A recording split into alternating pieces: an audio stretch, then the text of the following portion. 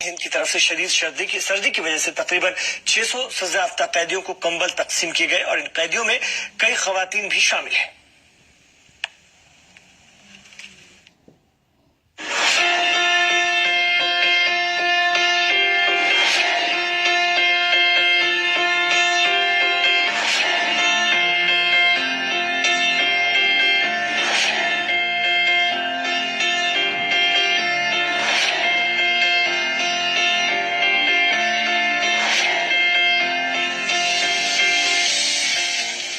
UP समेत पूरे शुमाली हिंद में इस वक्त शदीद सर्दी पड़ रही है, जिसकी वजह से कई लोग परेशानियों से जूझ रहे हैं।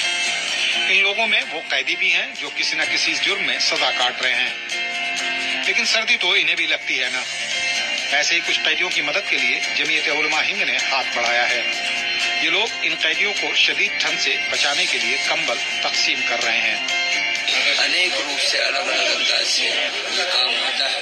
अल्हम्दुलिल्लाह उसी की एक कड़ी ये भी है और हमें खुशी है अल्हम्दुलिल्लाह हमारे जिले में ये एक नई पहल और नए अंदाज से काम हो रहा है। मौलाना सैयद अरशद मदनी साहब ये चाहते हैं कि हिंदुस्तान के अंदर एक पैगाम जाए जो सरकारें आज फिरकापरस्ती की तरफ ले जा रही हैं, उससे हटकर इंसानियत पहले है और बाकी सब काम है। इस वक्त सहारनपुर जेल में कुल 1630 कैदी सजा काट रहे हैं, जिनमें 63 ख्वातीन भी शामिल हैं।